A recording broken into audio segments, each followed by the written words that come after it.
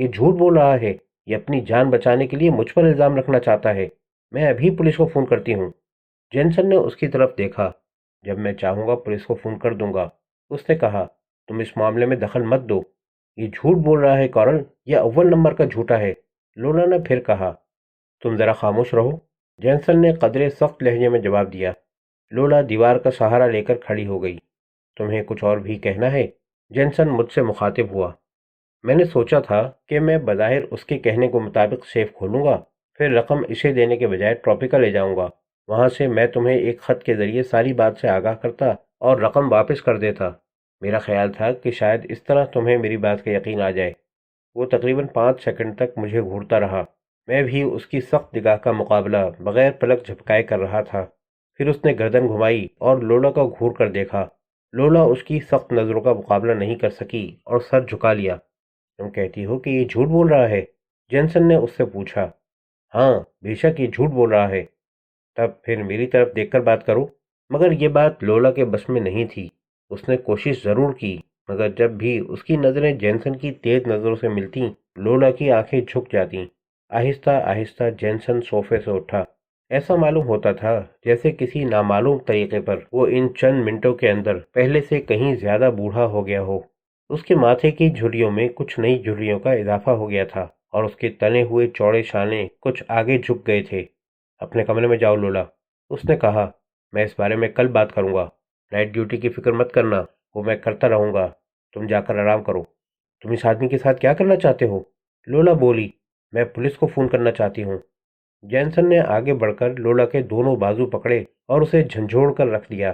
میں نے تم سے کہا کہ تم جا کر آرام کرو، اس نے سخت لہجے میں کہا۔ پولیس کو فون کرنے کی کوئی ضرورت نہیں ہے۔ یہ کہہ کر اس نے لولا کو دھکا دے کر کمرے سے باہر نکال دیا اور پھر دوبارہ واپس آ کر صوفے پر بیٹھ گیا۔ میں ابھی تک کھلے ہوئے سیف کے سامنے بت بنا کھڑا تھا۔ مجھے امید نہیں کہ تم میری بات کا یقین کرو گے، میں نے کہا، مگر یہ حقیقت ہے کہ میری نیت میں کوئی کھوٹ نہیں تھا۔ میری مجبوری صرف یہ تھی کہ میں فرن ورتھ کے جہنم میں واپس جانا نہیں چاہتا تھا۔ اتفاقات کیسے حیرت انگیز طریقے پر پیش آتے ہیں، جینسن نے آہستہ سے کہا۔ میٹنگ کے صدر پر عین اس وقت جبکہ وہ میٹنگ میں شریک ہونے آ رہے تھے، دل کا دورہ پڑا۔ میں وہاں پہنچا تو میٹنگ ملتوی ہو چکی تھی، اور محض اس اتفاق سے کہ ایک شخص پر اچانک دل کا دورہ پڑ گیا تھا، ایک دوسرے شخص کو اتفاق سے یہ معلوم ہو جاتا ہے کہ اس کی بیوی اس کو لوٹنے کی سازش کر رہی تھی۔ تمہارا مطلب ہے کہ میری بات کا یقین کرتے ہو؟ میں نے تمہیں بتایا تھا کہ میں مردوں کو پہچاننے میں غلطی نہیں کرتا جیک، جینسن نے جواب دیا، لیکن شاید مجھے عورتوں کو پرکھنے کا سلیقہ نہیں ہے۔ شکریہ، میں نے کہا۔ جینسن نے کھلے ہوئے سیف کو دیکھا اور پھر مجھے۔ مگر اب تمہارا یہاں رہنا خطرناک ہے، وہ ضرور پولیس کو تمہاری یہاں موجودگی کی اطلاع کر دے گی، اس لیے تمہیں جانا ہی پڑے گا۔ ٹھیک کہتے ہو، میں تمہیں معقول رقم دے دوں گا، تم اسٹیشن ویگن بھی لے جا سکتے ہو۔ کچھ سوچا ہے کہ کہاں جاؤ گے؟ نیو یارک، وہاں میں زیادہ محفوظ رہ سکتا ہوں۔ میں تمہیں $30,000 دینا چاہتا ہوں، جینسن نے سنجیدگی سے کہا۔ تم اس رقم سے کوئی کاروبار شروع کر سکتے ہو۔ میں نے چونک کر اسے دیکھا۔ نہیں، مجھے اتنی زیادہ رقم کی ضرورت نہیں ہے مسٹر جینسن، میں نے کہا۔ یہ بات نہیں کہ میں تمہاری ہمدردی اور خلوص کا معترف نہیں ہوں، مگر میں $30,000 نہیں لے سکتا۔ تم لے سکتے ہو، اور تم لوگے، جینسن نے میری طرف دیکھتے ہوئے کہا۔ میں دنیا کے سفر پر تنہا جانے کا کوئی ارادہ نہیں رکھتا، اس لیے اب مجھے اتنی دولت کی ضرورت نہیں رہ گئی ہے، جبکہ تمہیں اس کی شدید ضرورت ہے۔ مجھے اب تک کوئی ایسا آدمی نہیں ملا ہے جسے میں نے تم سے زیادہ پسند کیا ہو۔ تمہیں یہ رقم لینی ہی پڑے گی۔ اس نے منہ دوسری طرف پھیر لیا۔ میں تمہیں آسانی سے نہیں بھول سکوں گا جیک۔ اور اس وقت میں نے اسے دیکھ لیا۔ اس نے بڑی پھرتی سے کام لیا ہوگا، کیونکہ اتنی ہی دیر میں وہ اپنا لباس بھی تبدیل کر آئی تھی۔ اس کا چہرہ سفید اور آنکھیں چمک رہی تھی، اور اس کے سیدھے ہاتھ میں 45 بور کا ریوالور دبا ہوا تھا۔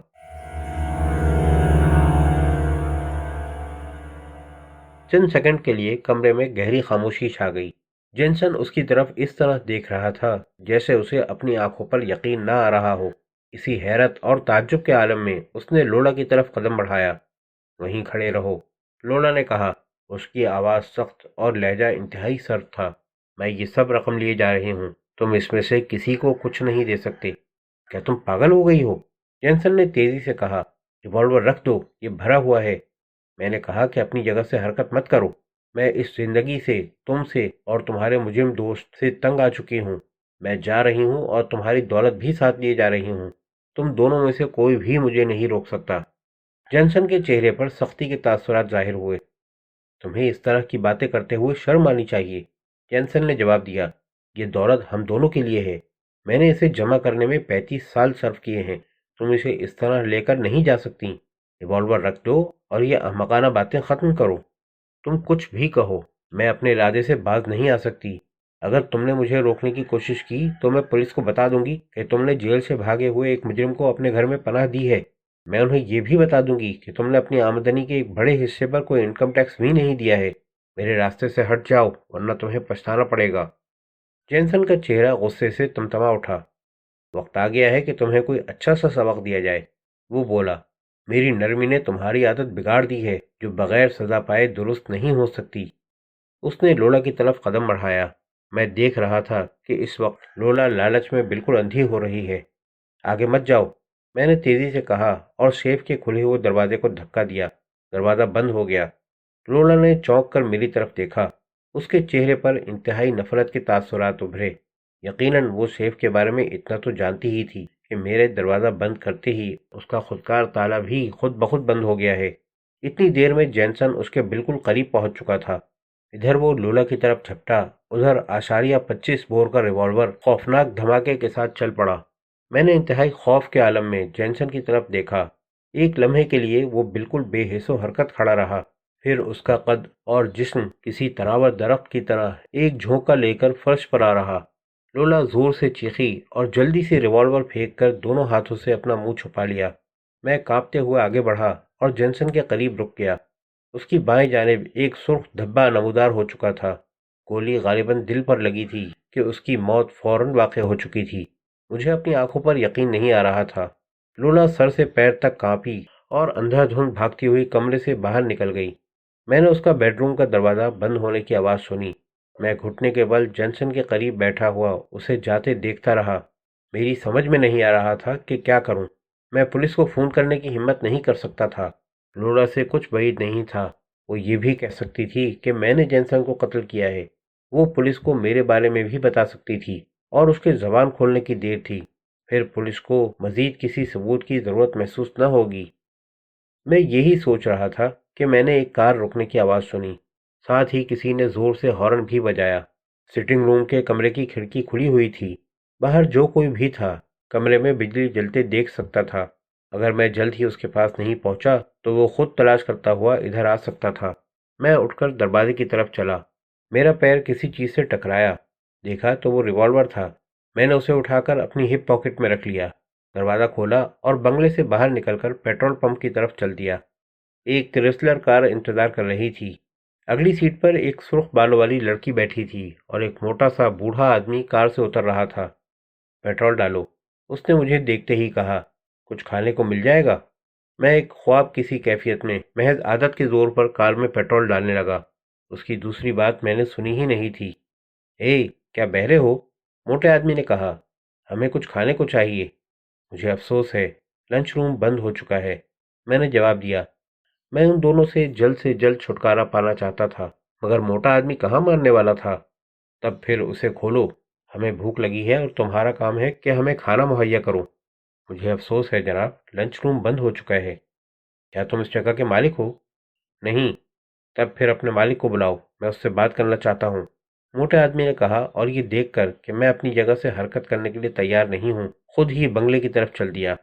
اچھا، میں جلدی سے اس کے آگے آ گیا۔ تم نہیں مانتے تو میں دیکھتا ہوں کہ اس وقت کچھ کھانے کے لیے موجود ہے یا نہیں۔ باس سو رہا ہے اور اسے اپنی پرسکون نیند سے اٹھایا جانا بالکل پسند نہیں ہے۔ میں تمہاری رپورٹ کرنا چاہتا ہوں، وہ مجھے گھورتے ہوئے بولا۔ جانے دو ڈیئر، یہ عورت کی آواز تھی جو کار سے نیچے اتر آئی تھی۔ ہمیں کھانے سے مطلب ہے۔ میں انہیں لے کر لنچ روم پہنچا۔ وہ دونوں ایک میز پر بیٹھ گئے۔ میں نے الماری کھولی۔ چکن سینڈوچز یا گوشت کے پارچے مل سکتے ہیں، میں نے اس کی طرف گھومتے ہوئے بتایا۔ تب پھر چکن لے آؤ، مگر ذرا جلدی، موٹے آدمی نے جواب دیا۔ اور ہاں، ذرا اپنے ہاتھ دھو لو، میں گندے ہاتھوں سے نکلا ہوا کھانا پسند نہیں کرتا۔ میں کچن میں گیا۔ میز پر اسکاچ کی بوتل رکھی تھی۔ میں نے بلا جھجک بوتل اٹھائی اور منہ سے لگا لی۔